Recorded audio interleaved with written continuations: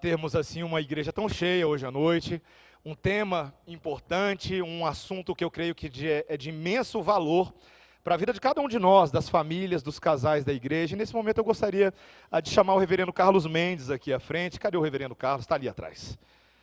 Vem aqui, reverendo Carlos, nosso preletor especial dessa noite, irmãos, já conhecido da igreja, já esteve conosco aqui algumas vezes em diferentes ocasiões, né, Carlos? Eu acho que já esteve pregando conosco dominicalmente, já esteve em diferentes momentos palestrando aos nossos jovens, em outras ocasiões, e tem sido uma alegria. O reverendo Carlos, a forma como eu o conheci nas caminhadas por aí, mas foi principalmente com ele sendo professor de aconselhamento bíblico ali no nosso seminário. Era uma área que eu já vinha estudando há um tempo, principalmente depois quando eu retornei dos Estados Unidos, preguei no aconselhamento bíblico, e aí quando eu cheguei ali em 2014 na CMA, eu lembro que um irmão comentou comigo assim: você já conhece o reverendo Carlos Mendes? E aí a gente teve aquela conversa lá, ainda lá no gabinete, foi muito boa, e o reverendo Carlos tem feito aí um trabalho de trabalhar a palavra de Deus em formato de aconselhamento bíblico, tem trabalhado com várias dimensões do aconselhamento bíblico, inclusive o aconselhamento matrimonial, e é um nome que nós ficamos muito felizes de trazer para falar ao nosso grupo de casais nessa noite. Então, pastor, Deus te abençoe. O reverendo Carlos é pastor lá da Igreja Presbiteriana da Esperança, e nesse momento nós vamos orar por ele e pedir pelo nosso tempo juntos. Oremos, irmãos. Bendito Deus, nós estamos tão gratos porque nesta sexta-feira à noite é o Teu Espírito Santo que apontou este dia e nos trouxe até aqui, para que aqui nós possamos dar ouvidos à Tua voz, possamos meditar e refletir juntos sobre nossos papéis, sobre nossa vocação, para enfrentarmos todas as circunstâncias da vida firmados na rocha que é Cristo. Dá-nos a habilidade nessa noite de aprendermos. Usa o Teu servo, reverendo Carlos, para que ele possa comunicar a nós aquele tipo de sabedoria que procede diretamente do trono da graça de Deus. Em nome de Jesus. Amém. Meus irmãos, boa noite. Saúdo a todos com a graça e a paz do nosso Senhor Jesus Cristo. Amém. É uma alegria estar aqui com os irmãos. Eu trago um abraço da Igreja Presbiteriana da Esperança. E é uma alegria poder compartilhar a palavra de Deus com os irmãos em um assunto tão importante, tão delicado.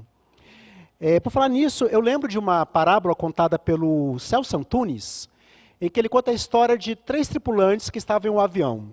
Chega um determinado momento, o piloto do avião vira e fala assim: o avião vai cair, não há mais jeito, uma pane irreversível, mas 2 de vocês podem se salvar. E atrás haviam 3 tripulantes. Havia um velho pastor, um jovem surfista e um cientista brilhante. Assim que o piloto acaba de falar, e o piloto fala assim: olha, 2 de vocês podem se salvar porque tem 2 paraquedas aí atrás, e escolham entre os 3, os 2 mais importantes para o mundo, e salvem suas próprias vidas. O outro ficará comigo até o final.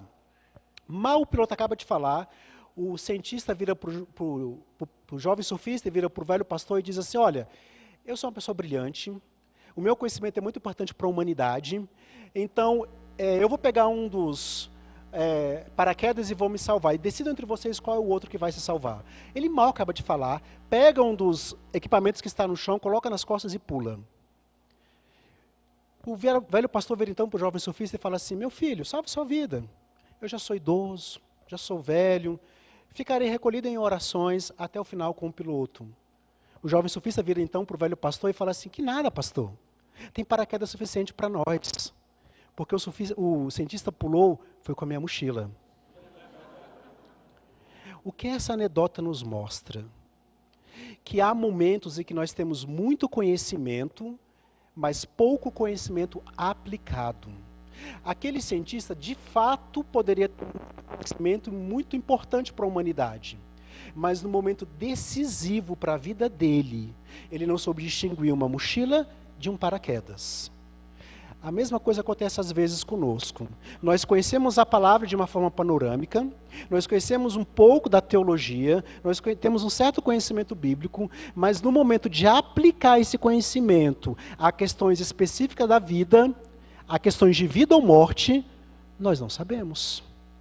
Nós não sabemos distinguir uma coisa da outra, porque não sabemos aplicar as Escrituras. E a minha proposta é exatamente essa hoje. Aplicar as Escrituras quando temos problemas, quando temos dificuldades, quando temos conflitos, quando vêm as tempestades. Como então a gente pode aplicar as Escrituras? Como a gente pode então usar as Escrituras em situações como essa? E é isso que eu quero trabalhar com vocês hoje. Já dá para espelhar aqui o slide?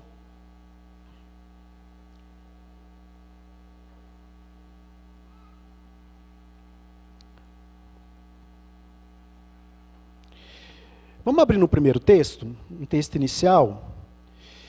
Tiago capítulo 4, versículo 1 e 2. Abra a palavra de Deus com alegria, com fé, com esperança. Vamos ler aqui Tiago 4, versículo 1 e 2. Espera aí, gente, eu acho que eu coloquei aqui, ó. A culpa está aqui, espera aí.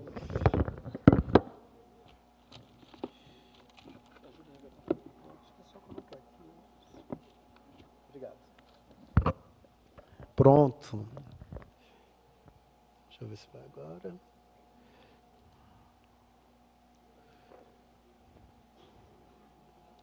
Ponto. Tiago 4, 1 e 2. Acompanhem com atenção a leitura. De onde procedem guerras e contendas que há entre vós? De onde senão dos prazeres que militam na vossa carne? Cobiçais, matais e invejais, e nada podeis obter, viveis a lutar e a fazer guerras, nada tendes porque não pedis. Vamos orar mais uma vez? Pai querido, estamos diante do Senhor e da Tua palavra, e queremos pedir agora que o Senhor nos dê sabedoria para entendê-la, para aplicá-la, para vivê-la. Pedimos também poder, Pai, para que nós possamos viver conforme o Teu chamado, e isso em nome de Jesus Cristo. Amém. Quero trabalhar com vocês algumas ideias chaves hoje para o que a gente vai falar aqui. Primeiro, a gente precisa entender o seguinte: eu tenho percebido na minha experiência como conselheiro bíblico e aconselhando casais muitas vezes, que a maioria dos problemas que geram ruptura no casamento, geram uma separação, geram dificuldade, geram algum tipo de tensão, não são grandes fatos. São os fatos corriqueiros do dia a dia. São as questões do dia a dia que vão se somando, vão se acumulando, e chega um momento que o casal está separado um do outro, está longe um do outro. E esses fatos corriqueiros do dia a dia é que muitas vezes geram grandes conflitos e grandes problemas. Então eu quero trabalhar algumas ideias chaves hoje com vocês. Primeiro, conflitos geralmente são batalhas por algo que queremos. O que Tiago está nos dizendo? Tiago está falando o seguinte: qual é a origem das guerras e contendas, dos conflitos, dos problemas que há entre vocês? E ele mesmo responde com uma forma de pergunta. Ele fala: a origem está nos desejos, nas vontades que militam dentro de vocês. Então a ideia é o seguinte: eu tenho um desejo que não é atendido pelo meu cônjuge, e geralmente esse desejo não atendido é a origem do conflito. Tiago está ambientando, porque geralmente o que a gente faz? A gente faz o que Adão e Eva fizeram. Adão vira para Deus e fala: Senhor, a culpa é da mulher que tu me destes. Eva vira para Deus e fala assim: ó, a culpa é da cobra. Geralmente a gente tem a tendência a colocar a origem dos conflitos ou no outro, ou na circunstância, ou na tempestade. O que eu quero mostrar para vocês é que a origem do conflito está dentro de nós. E se está dentro de nós, é por lá que deve começar o trabalho para apaziguar esse conflito. Outra questão: hoje nós vamos tentar entender e conhecer os nossos verdadeiros inimigos. E não é o nosso cônjuge. Terceira questão: nos conflitos somos tentados a colocar a culpa no cônjuge, mas a Bíblia nos ensina a examinar o nosso próprio coração, procurando aqueles desejos dos quais precisamos nos arrepender e que eles têm se tornado mais importantes do que amar a Deus e amar o nosso próximo. Qual é o conflito da maioria dos crentes? O conflito da maioria dos crentes não é com relação a desejos que são na origem ruins, na origem maus. O conflito da maioria dos crentes é com desejos que são na sua origem bons. Um desejo por conforto, um desejo por paz, um desejo por sossego, um desejo por atenção. Não são desejos negativos ou pecaminosos por si só. Geralmente, os conflitos vêm desses desejos que são bons. E a pessoa fala assim: qual é o problema de desejar isso? Qual é o problema de eu querer que o meu cônjuge atenda esse desejo? Não tem problema. Então a pessoa não consegue perceber que aquele desejo pode ser a origem do problema. Mas quando é que a gente vai saber que um desejo que era originalmente bom, um desejo cuja origem dele é positiva, não é pecaminosa, vira mal? Quando para obter o desejo a gente peca, ou quando, porque não obtemos o desejo, a gente pecou. Por exemplo, suponhamos que você teve um dia bem cansativo de trabalho, você chega em casa e tudo que o seu coração está desejando é paz. É um desejo ruim? É um desejo mau? É pecaminoso? Não é. Desejar paz não é pecaminoso. Mas suponhamos que você chega em casa e não encontra a paz que você tanto desejava, que você tanto almejava. Aí você age de uma forma com a sua família para obter aquela paz. Seja de uma forma agressiva, de uma forma ríspida, de uma forma grosseira. Você lança mão do pecado para obter a paz do coração que você tanto queria. Qual que foi o problema? Você pecou para obter paz. Quando a gente peca para satisfazer o desejo do coração, significa que ele não é só um desejo. Ele é algo muito mais forte, muito mais poderoso que o simples desejo. Ele virou um ídolo. Suponhamos que você chegou em casa e não teve também a paz que queria, mas você não reagiu de forma pecaminosa. Você ajudou o seu cônjuge a fazer tudo corretamente, de forma certa, para apaziguar as coisas em casa, organizar as coisas em casa. Mas aí você vai deitar e fica amargurado, ressentido, chateado, porque você não teve o que queria e precisou abrir mão do que queria para ajudar o seu cônjuge. Você pecou porque não obteve o que queria. Mais uma demonstração de que o desejo não era só um desejo, era um ídolo, porque está me controlando. Aquilo que nos controla é o nosso Deus. E o que eu mais tenho percebido no aconselhamento conjugal é que os deuses funcionais que são a grande batalha do coração, que são os desejos bons que viram desejos maus. Então, é aqui que eu quero começar a ambientar tanto a origem do problema, quanto a resolução do problema, no desejo do coração. O desejo que era bom e virou mal. 4. Decida qual abordagem usar em um conflito. Geralmente, biblicamente, a Bíblia nos autoriza, eu vou comentar mais à frente, 3 abordagens diante de um conflito. Eu posso recuar, eu posso esperar ou eu posso confrontar. Só que o que vai decidir a minha abordagem é o que é melhor para mim? É o que traz mais tranquilidade para mim? Não. É o que é melhor para o seu cônjuge. Então você vai ter que analisar a situação, vai ter que ter uma leitura. 3 leituras precisam ser feitas para que a gente possa lidar com o conflito. Primeira leitura, das Escrituras. Eu preciso entender o que a Bíblia me orienta a respeito daquilo. Segunda leitura, do coração do meu cônjuge. Eu preciso entender o meu cônjuge, conhecer o meu cônjuge, entender as dinâmicas do coração dele. Terceira leitura, da cultura onde nós estamos inseridos. Essas 3 leituras são necessárias. E diante delas, é que você vai adotar a estratégia correta. Ou você vai recuar, ou você vai esperar, ou você vai confrontar. Eu vou falar sobre isso mais à frente. Outra ideia que a gente vai trabalhar hoje. Atuar por meio ou através dos conflitos de modo santo requer de você crescimento em sabedoria e agir em amor. Você precisa de sabedoria para obter uma boa resposta de seu coração, do coração do seu cônjuge, na situação e agir com fé e amor. E 6º, a Bíblia nos fala que o conflito não tem que ser destrutivo. Gente, na verdade, Deus promete usar conflitos para expor e erradicar pecados e nos ajudar a crescer em amor. Tem uma passagem que a gente às vezes não aplica para casamento, mas que ela é perfeitamente aplicável a casamento. Romanos 8, 28 e 29. O que Romanos 8, 28 e 29 fala? Que todas as coisas cooperam, eu vou fazer um resumo, tá? Todas as coisas cooperam para o bem dos que amam a Deus, para fazê-los conforme a imagem de Jesus Cristo. Todas as coisas inclui o quê? Inclui o nosso casamento, que depois da relação com Deus é a relação mais importante nessa vida que a gente tem. Então pensa bem. A ideia é o seguinte, Deus vai usar o meu casamento para me trabalhar, para eu ser mais parecido com Cristo. Então, Deus vai projetar na eternidade alguém para se casar comigo, que vai ter pecados e defeitos, que vão trabalhar o meu coração para que eu me pareça mais com Cristo. E da mesma forma, a outra pessoa, Deus vai trabalhar os meus pecados, as minhas fraquezas, para trabalhar o coração da outra pessoa, para que ela se pareça mais com Cristo. Então, provavelmente, Deus vai te dar alguém diferente de você para você se casar. pelo menos você vai descobrir que é diferente de você durante o casamento. Porque no namoro a gente interpreta, né? A gente não é o que a gente é no namoro, pessoal. A gente passa o nosso melhor para o outro. A gente oculta os nossos defeitos, as nossas fraquezas, os nossos pecados. E aí, durante o casamento, a gente vai descobrindo.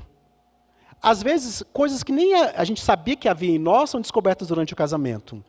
O nosso cônjuge vê também nossas fraquezas, nossos pecados, nossas limitações, os nossos defeitos. E aí, nesse momento, é o momento que Deus está falando o seguinte, olha, eu vou permitir que aconteça um conflito na vida de vocês, para que esse conflito revele o seu coração e o coração do seu cônjuge, para que, em sendo revelado, vocês sejam trabalhados para se parecerem mais com Cristo. Esse é o grande alvo. Não é que a gente não possa desejar, ou é errado desejar ser feliz no casamento, mas esse não é o alvo. O alvo é ser como Cristo. Então, Deus vai usar conflitos para isso. Então, a ideia-chave do que a gente vai apresentar hoje. Conflitos geralmente são batalhas por algo que queremos. Eu vou trazer aqui uma situação, um problema, para a gente pensar. Vamos ver aqui esse conflito entre o João e a Michele. O João está sentado na mesa da cozinha, pagando algumas contas, enquanto a Michele rompe no ambiente de uma hora para outra. E ela vira para ele e fala assim, você acha que seria pedir muito para dar uma ajudinha colocando as crianças na cama? Você não consegue ouvir o berreiro que estão fazendo? O João vira para ele e fala assim, olha, me parecia que você tinha tudo sob controle. A Michele vira e fala assim, eu estou apenas dizendo que seria legal ter uma ajudinha de você de vez em quando. E o João fala, eu ajudo. O que você pensa que eu estou fazendo? Eu estaria contente em deixar que você pagasse as contas e eu colocaria as crianças na cama da próxima vez. Isso é difícil? A Michele, você nunca me ouve. E sai revoltada. E João gritando, estou te ouvindo. Você fala coisas sem sentido. Vamos tentar entender, à luz de Tiago 4, 1 e 2, que a gente acabou de ler, qual que é a origem desse conflito? Qual que é o verdadeiro... eu não passei aqui, desculpa, gente. Qual que é o verdadeiro problema desse casal? Vamos ver, então, analisando. Qual que seria, então, a fonte das contendas e conflitos entre os dois? Ela tem um desejo. Vamos, assim, na casca, por cima, o desejo da ajuda do marido, esse é o desejo dela. Ele tem outro desejo, o desejo de poder ficar em sossego para pagar as contas que ele está pagando lá no computador. Então, esses são os dois desejos em conflito. Porque o desejo dela é que ele saia de lá para ajudá-la, e o desejo dele é que ela tenha tudo sob controle para ele poder fazer aquilo em paz. Então, nós temos dois desejos em conflito. Está vendo? São coisas comuns, do dia a dia. Não é nada tão extraordinário assim. São coisas ordinárias que muitas vezes geram os grandes conflitos. Mas aí que está. Não é o fato em si que está gerando conflito. Essa que é a grande questão. O que está gerando conflito é o desejo do coração de ambos. Porque eles não estão se encaixando. E por que está gerando conflito? Porque é algo muito mais poderoso do que um desejo. São ídolos. O que está em choque ali são choque de idolatrias. É por isso que as pessoas entram em conflito. Porque às vezes você fala assim, mas é uma coisa pequena. Não é, gente, idolatria não é pequena. Mas o que está acontecendo? Deus permite um conflito para que ela seja revelada e, em sendo revelada, seja trabalhada. Então, contra o quê? Ou contra quem eles estão lutando? Eles estão lutando contra os desejos ou ídolos do próprio coração.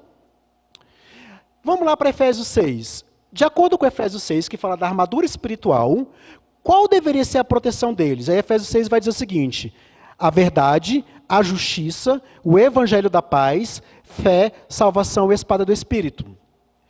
Essas são as armas que eles precisam para lidar com aquele conflito. Se contentas, como a gente acabou de ler em Tiago, vem de desejos interiores, de onde deveríamos começar a buscar um desenvolvimento positivo para o nosso conflito? A gente deveria procurar analisar o próprio coração. Os próprios desejos. A origem do conflito, a origem da discussão. Mas agora, o que nos impede de examinar o nosso próprio coração? Tem várias coisas que impedem, mas uma delas é orgulho. E a gente vai falar sobre isso também mais à frente. Uma das coisas que nos impede de examinar o próprio coração é orgulho. A gente não examina o próprio coração porque a gente não admite, apesar de nós falarmos constantemente, apesar de vocês conhecerem essa doutrina da depravação total, apesar de nós sabermos que todos os homens são pecadores porque a Bíblia fala, apesar da gente falar isso, a gente não admite que é. Porque a gente é orgulhoso. A gente não admite que o problema está no pecado do meu coração, na minha própria idolatria. Aí fica, geralmente, gente, como é que funciona o aconselhamento conjugal? O marido confessa o pecado da esposa, a esposa confessa o pecado do marido. Porque um só olha para o pecado do outro, não olha para o seu próprio pecado. Por causa do orgulho. Um outro fator que impede é o medo. Medo de se mostrar. Medo de se revelar, medo de ser rejeitado, medo de não ser amado, medo de não ser querido. É um medo, é um outro problema. Né? O outro problema é a autojustiça. É o entendimento de que eu sou justo o suficiente, que tem a ver com orgulho. De que eu sou muito bom, e assim vai. Então, são essas coisas que nos impedem muitas vezes de examinar o próprio coração. Agora, o que poderia ajudá-lo a estar pronto e disposto a retirar a trave do próprio olho no meio do conflito, que é que a gente tem a orientação bíblica? O que poderia nos ajudar nisso? O entendimento do que a palavra fala a respeito de quem nós somos. O entendimento que a palavra fala a respeito dos estragos do pecado. O entendimento que a palavra fala a respeito do mundo caído e quebrado em que nós vivemos. Então, são perguntas que a gente precisa examinar. Nos conflitos, somos tentados a colocar a culpa em nossos cônjuges, mas a Bíblia nos ensina a examinarmos nosso coração, procurando por desejos que necessitamos nos arrepender, pois eles têm se tornado mais importantes para nós do que amar a Deus e ao nosso cônjuge. Vamos voltar aqui para o caso do João e da Michele? O que você acha que é o verdadeiro tema desse conflito, que está dirigindo esse conflito entre eles? Os desejos do coração, que a gente já falou aqui. Como poderia a Michele ter feito seus reclames para João? Eu tenho aqui um exemplo que talvez ajudaria. Ela poderia dizer algo da seguinte maneira. Eu estou irada com você. E eu reconheço que minha ira é pecado. Mas eu gostaria muito que você me ajudasse com as crianças.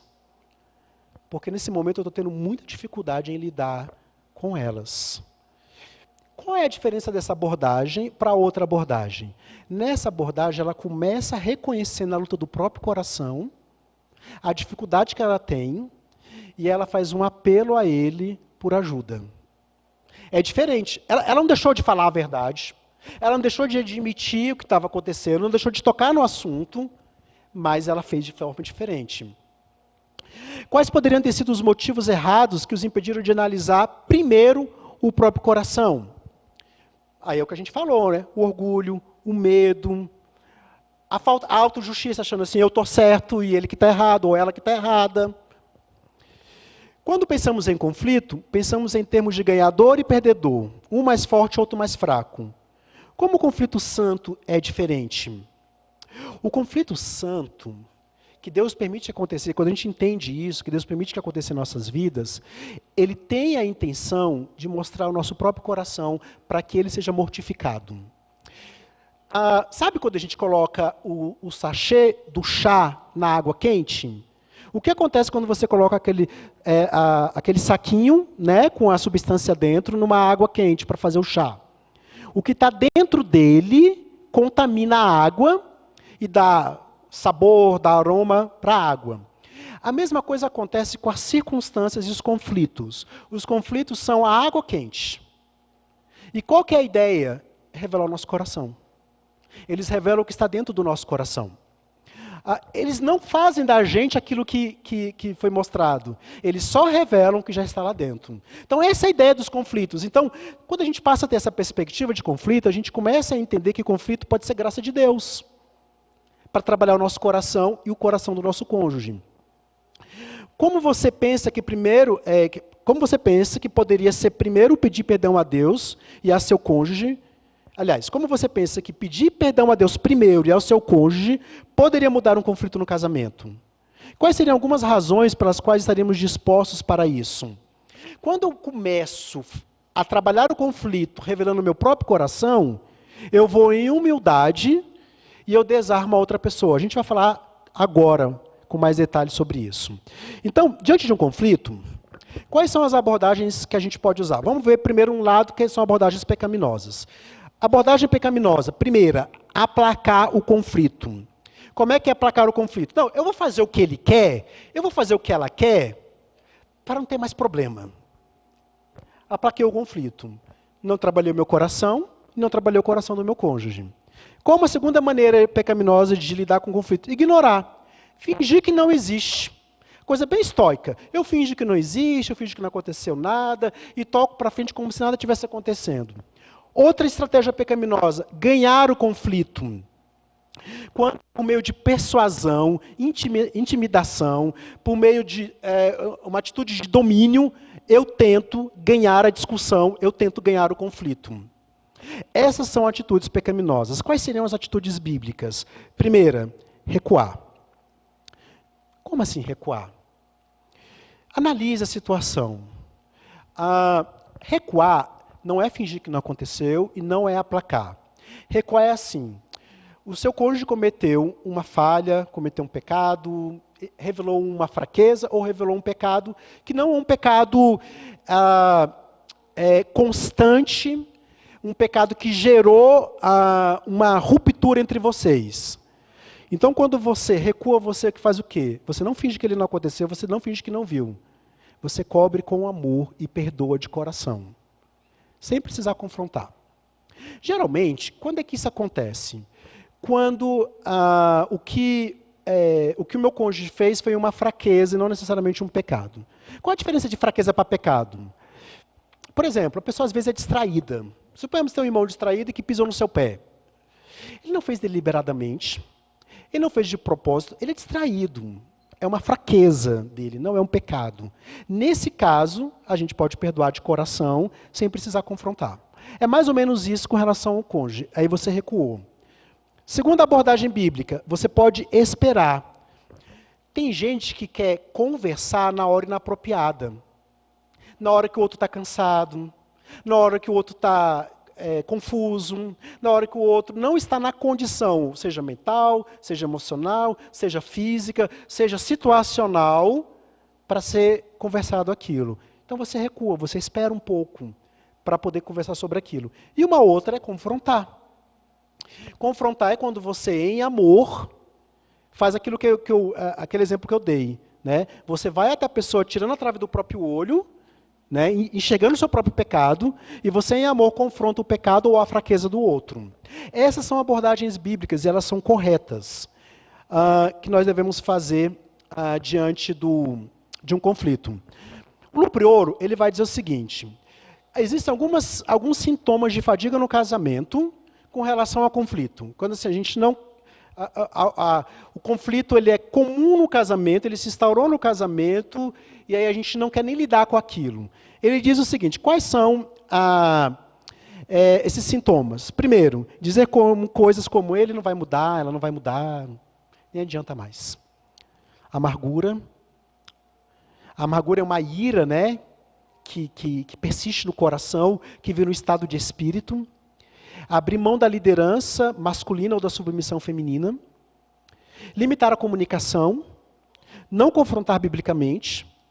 Ficar irado, ansioso, deprimido em relação às mágoas. Permitir que seus sentimentos feridos te impeçam de cumprir suas responsabilidades bíblicas. E lançar mão de ações pecaminosas como fofocar, xingar, amuar-se, acesso de raiva, mau humor, ameaçar, brigar, abusar verbalmente. Esses são sinais de que você está tão fadigado de conflitos que você não pensa mais numa abordagem bíblica para lidar com eles. E aí, vamos para o texto de 1 Pedro, capítulo 3, 8 a 12, que vai nos dar um plano de batalha diante de conflitos, diante de tempestades que possam acontecer em nossos casamentos. 1 Pedro 3, 8. Finalmente, sede todos de igual ânimo, compadecidos fraternalmente, amigos, misericordiosos, humildes, não pagando mal com mal, injúria com injúria, antes pelo contrário, bem dizendo, pois para isso mesmo fostes chamados a fim de receberdes bênção por herança. Pois quem quer amar a vida e ver dias felizes, refreia a língua do mal, e evite que os seus lábios falem dolosamente. Aparte-se do mal, pratique o que é bom, busque a paz e empenhe-se por alcançá-la. Porque os olhos do Senhor repousam sobre os justos, e os seus ouvidos estão abertos às suas súplicas, mas o rosto do Senhor está contra aqueles que praticam males. Pedro vai nos dar um plano de batalha. Por que batalha? Porque conflitos são batalhas. São batalhas do nosso coração. O problema, muitas vezes, é que o inimigo que a gente visualiza no conflito é o inimigo errado. E se o inimigo é o errado, a gente vai ter os ataques errados. Geralmente a gente olha o cônjuge como inimigo, a situação como inimiga, mas o inimigo é o meu próprio coração. Então, como é que a gente vai, de acordo com Pedro, aplicar um plano de batalha? Primeiro a gente tem que buscar, ele fala assim, olha, não se esqueçam dos versículos anteriores, né? Do versículo 1 ao 7, Pedro está falando de relação esposa e marido, né? Está falando de como as mulheres devem lidar com maridos não crentes, e está falando como os maridos devem agir com suas esposas. E logo na sequência, no versículo 8, ele fala finalmente, o finalmente conecta o versículo 7 aos demais, e ele fala assim, olha, eu entendo que tudo isso vai ser difícil. Eu entendo que as mulheres exercerem o papel delas vai ser muito difícil. Eu entendo que os homens exercerem o papel deles vai ser muito difícil. Então eu quero apresentar para vocês uma estratégia para como vocês podem fazer isso. E a primeira coisa que ele fala assim, finalmente são todos de igual ânimo, ou de igual espírito, para que o quê? Possa haver harmonia. E aí eu coloquei algumas perguntas de reflexão para que a gente possa produzir essa harmonia no nosso casamento. Primeiro, a gente tem que se perguntar, será que eu incitei a outra pessoa ao mal? Será que de alguma forma, algum pecado meu, alguma fraqueza, alguma postura minha, de alguma forma contribuiu para a maneira como outra pessoa está agindo ou reagindo?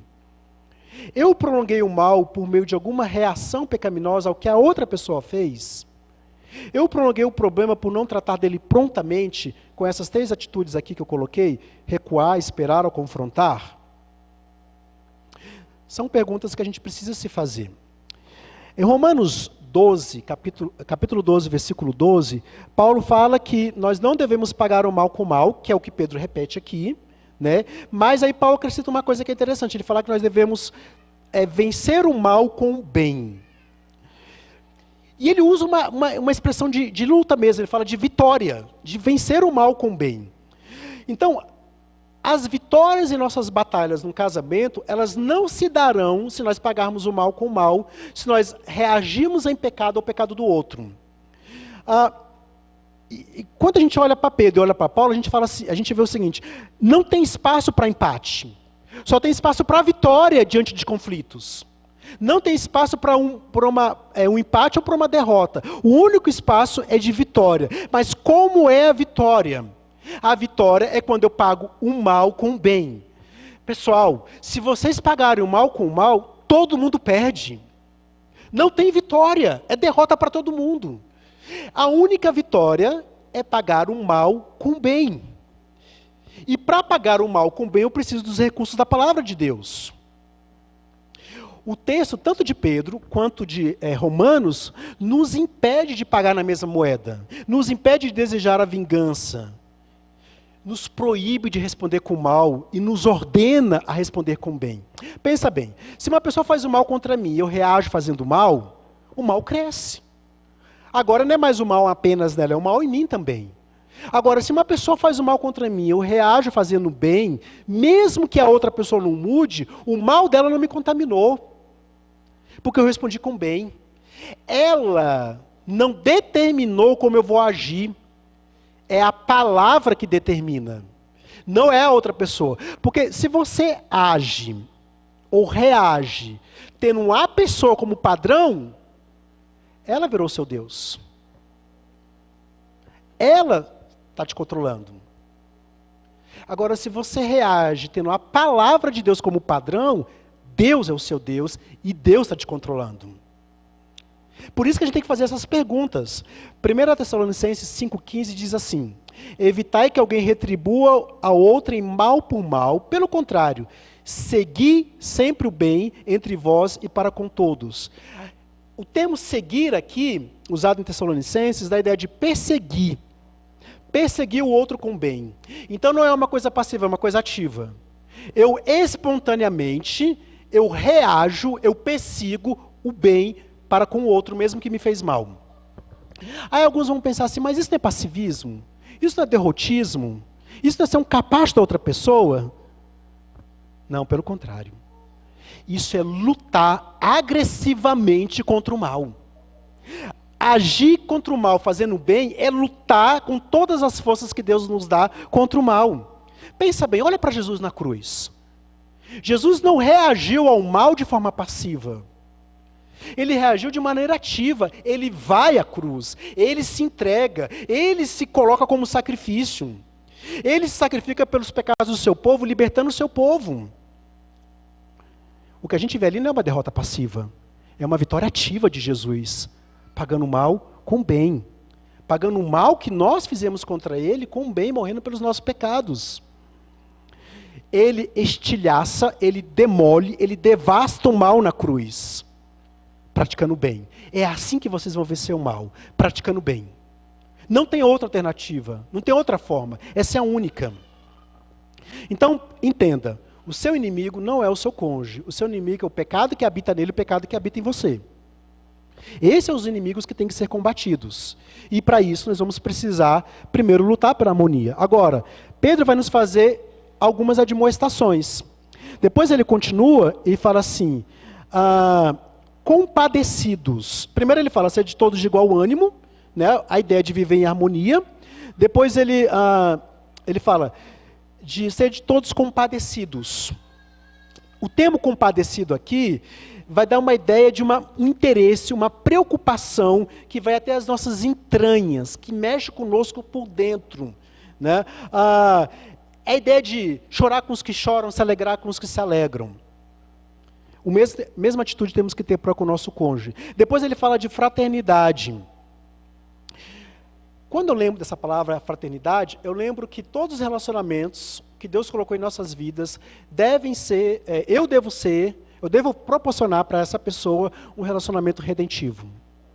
Ou seja, a ideia sempre, e principalmente com o meu cônjuge, é que ele olhe para mim e veja Cristo. É que eu espelhe a glória de Cristo para ele. Isso é tratar os relacionamentos de forma fraternal. Depois ele fala de misericórdia. A palavra aqui dá essa ideia de a pessoa recebeu o que ela não merece. Ou seja, na nossa cabeça, pensa bem, o senso de justiça nossa fala assim, a pessoa tem que receber conforme o mal que ela fez. O que é justiça? É a pessoa receber conforme o mal que ela fez. Então ela fez o mal, ela tem que receber uma punição pelo mal que ela fez. Isso é o justo. Mas a palavra nos chama para ir para uma ideia acima de justiça. Mais ampla do que justiça. Graça. Que só pode ser dada quando estamos em Cristo Jesus, porque Ele morreu pelos nossos pecados e do nosso cônjuge. E aí, o movimento de misericórdia gera um outro movimento, que é o de graça. Se na misericórdia eu não dou o que a pessoa merece, na graça eu dou o que ela não merece. Ela faz o mal, eu dou o bem. E aí Pedro continua e fala de humildade. E aí humildade tem a ver com isso aqui, pessoal. A humildade tem a ver com o entendimento da santidade de Deus e o entendimento do meu pecado.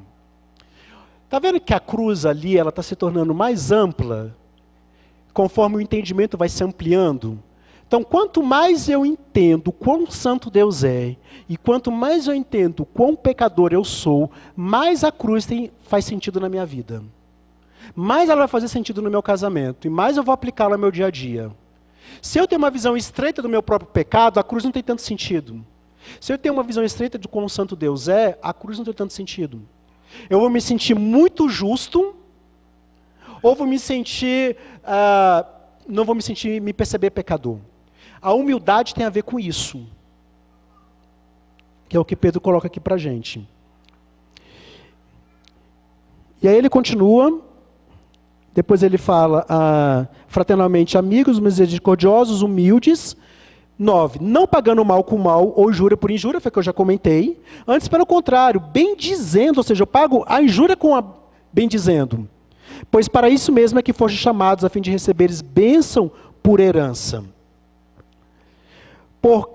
Pois quem quer amar a vida e ver dias felizes, refreia a língua do mal e evite que os seus lábios falem dolosamente. O Francis Schaeffer, ele diz o seguinte: em especial, a classe média, ela tem 2 anseios no coração, 2 grandes ídolos no coração: prosperidade e paz pessoal. Então a gente quer uma vida próspera, a gente quer poder viajar, comprar roupa, ter carro bom, ir para restaurante, a gente quer ter uma vida próspera e a gente quer ter paz. A gente não quer que a violência bata na nossa porta, a gente não quer ser afligido pelo mal, a gente quer ter tranquilidade e paz. E aí, Pedro está falando aqui para a gente, olha, como é que a gente então pode ter esse efeito colateral de ter paz pessoal? Primeiro ele fala o seguinte: refreia a língua do mal. Aqui no versículo 10. Quem quer amar a vida e ver dias felizes, refreie a língua do mal e evite que os seus lábios falem dolosamente. Ou seja, não pague a injúria com injúria. Não pague as palavras ríspidas ou agressivas que o seu cônjuge direcionaram a você com o mesmo tom de palavras, o mesmo tipo de palavras. Pague com bem. E ele continua e fala o seguinte, versículo 11. Também aparte-se do mal, pratique o que é bom, busque a paz e empenhe-se por alcançá-la. Não somente palavras, mas também atitudes devem fazer parte do nosso dia a dia, inclusive atitudes que evitem a aparência do mal. Meus queridos, ele continua e ele fala o seguinte, que os olhos do Senhor estão sobre os justos, mais do que o que os outros vão julgar a seu respeito. A gente vê muito hoje, muita coisa na televisão, seriado, filmes, etc., de pessoas que dizem o seguinte, eu quero deixar meu nome na história. Eu quero que as pessoas lembrem de mim quando eu me for. E eu lembro muito do herói grego. Qual que era a grande expectativa dos heróis gregos? Os heróis gregos, eles queriam se tornar imortais. Mas de que maneira um herói grego se tornaria imortal? Deixando o nome na história. Fazendo um grande fato, um grande evento, um grande ato de heroísmo e deixando seu nome na história. Quem iria imortalizar o nome deles na história? Os poetas. Os poetas iriam imortalizá-los. Então era a grande expectativa deles. O conceito, na época, de imortalidade era esse. Deixar o nome na história escrita pelos poetas. Para que as demais gerações não se esqueçam de mim quando lerem o meu nome e os meus feitos nos poemas. E a gente vê muito isso hoje em dia, né? Eu quero deixar meu nome na história, eu quero que as pessoas lembrem de mim, quero ter uma presença marcante. Tá, eu não vejo grande problema nisso. Mas isso não é o mais importante. O mais importante é você deixar o seu nome escrito no livro da vida. Isso é o mais importante. E os que terão o nome escrito no livro da vida são aqueles que pagam o mal com o bem. São aqueles que no meio do conflito analisam o próprio coração. São aqueles que entendem que o pecado é o grande problema deste mundo. E que vão olhar para o seu cônjuge, mesmo quando eles pecarem, mesmo quando forem fracos, com graça e misericórdia, e tratarão-os, não revidando o mesmo mal, mas aplacando o mal com o bem. Isso é o que importa, é ter o nome escrito no livro da vida. E ele encerra e fala o seguinte: o rosto do Senhor estará contra aqueles que fazem o mal. Deus tanto vê os que fazem o bem e que pagam o mal com o bem, quanto vê os que fazem o mal e pagam o mal com o mal. E isso que a gente precisa entender, a nossa vida, mais do que estar diante do nosso cônjuge, mais do que estar diante da nossa igreja, mais do que estar diante da sociedade, estar diante de Deus. Todos os nossos fatos e feitos e sentimentos e pensamentos serão pesados e estão sendo observados por Deus. E o que importa mais, não estou dizendo que ter uma boa reputação não importa, mas o que mais importa é ter uma reputação diante do nosso Deus. E só a teremos se em Cristo Jesus fizermos o que Ele nos chama a fazer. Eu quero encerrar contando uma última história. Eu não sei se vocês já ouviram falar das sereias da mitologia grega. Primeiro, é meio mistificado com o que a gente vê hoje. Na mitologia grega, as sereias não eram metade peixe e metade mulher. Elas eram metade pássaro e metade mulher. Então, como pássaro, elas cantavam e cantavam muito bem. E qual que era a finalidade do canto das sereias? Era atrair marinheiros para as encostas, os navios ficarem encalhados ali e elas devorarem os marinheiros. Então, a mitologia grega retrata vários marinheiros que foram devorados por sereias e foram atraídos pelo canto da sereia. E a gente é atraído pelo canto da sereia de hoje, né? Pelo canto da Netflix, que nos aconselha como lidar com conflito. Pelo canto das músicas pop, que nos aconselha como lidar com conflito. Pelo canto dos filmes de Hollywood, que estão constantemente nos orientando como lidar com conflito. A gente, muitas vezes, é encantado pelos cantos das sereias da nossa época, atraídos e ficamos encalhados ali, hipnotizados diante do canto delas. Mas 2 homens na mitologia grega conseguiram vencer o canto das sereias. Um deles foi Odisseu. Como é que ele venceu o canto das sereias? Colocou cera nos ouvidos da tripulação, aliás, amarrou a tripulação em postes, né, nos mastros, e colocou cera nos seus próprios ouvidos. Ele não ouvia as sereias cantando, e os marinheiros amarrados, mesmo querendo sair, querendo ir até as sereias, não podiam porque estavam amarrados. Ele conseguiu vencer as sereias. Será que é isso que a gente quer? A gente quer amarrar as pessoas em regras? A gente quer amarrar as pessoas em faz e não faz, pode e não pode? Leis disso, leis daquilo? Será que é isso que a gente quer? Será que é assim que a gente quer vencer o canto da sereia? Mas um outro homem venceu o canto das sereias, que foi Orfeu. O que Orfeu fez para vencer o canto da sereia? Ele cantou uma música mais bela que a música das sereias. Ele tocou uma música mais cativante, mais atraente que a música das sereias. A tripulação ficou tão encantada pela música de Orfeu, que não deu a mínima para o canto das sereias. E ele passou são e salvo pelas sereias. É isso que a gente quer fazer. A gente quer cantar uma música mais bela.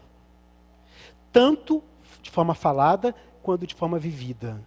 E essa música é o Evangelho.